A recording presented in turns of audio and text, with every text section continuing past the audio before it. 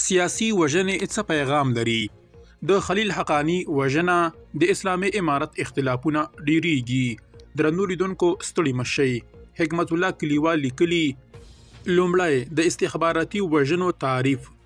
استخباراتي هغه سنجول شوي او پټ ترورونه دي چې د یوې سیاسي څیرې مشر یا پیژندل شوي وګړي د له منځه وړلو لپاره ترسره کیږي.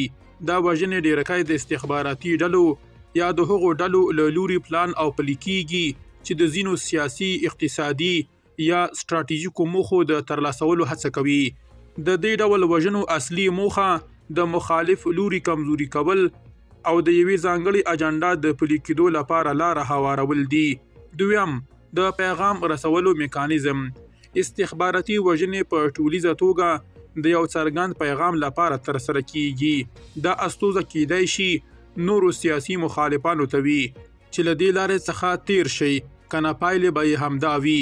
د وژل شوي کس د ګرانښت او ملاتړ له کبله دا وژنه د یوې ګواښیزې خبرپاڼې د نښې ارزښت لري او نور سیاسي لوبغاړي ګواښي ترڅو دوی هم له ورته برخلیک سره مخ نشي. دا ډول پیغامونه د ویرې او ترس چاپیریال رامنځته کوي او د یو ځانګړي ځواک د واکمنېدو واره برابروي. دریم، ستراتیژیکي موخې.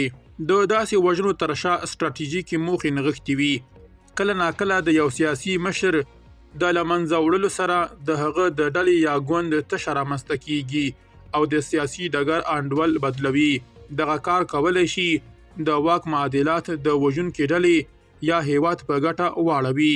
برسیره پر دې د ویښو او پیژندل شوو کسانو د له منځه وړلو سره د ټولنې اندیز ځواک کمزوری کیږي او د ښکېلاک او یا د نفوذ لپاره اسانه لار برابریږي.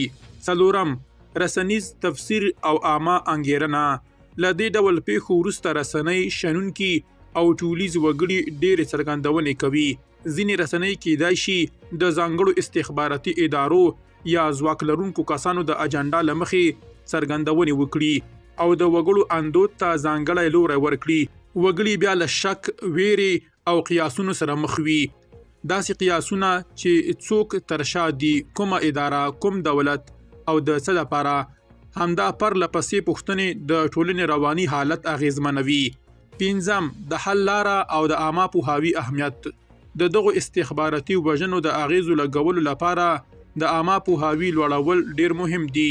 وګړي باید پوه شي چې د دې ترورونو تر شا د چا ګټې خوندي کیږي او څنګه کولی شي د رښتیا موندلو لپاره خپل غږ پورته کړي.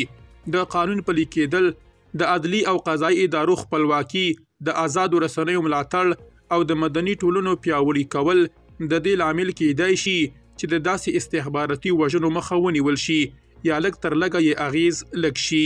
درنو لیدونکو له ملتیا مو مننه.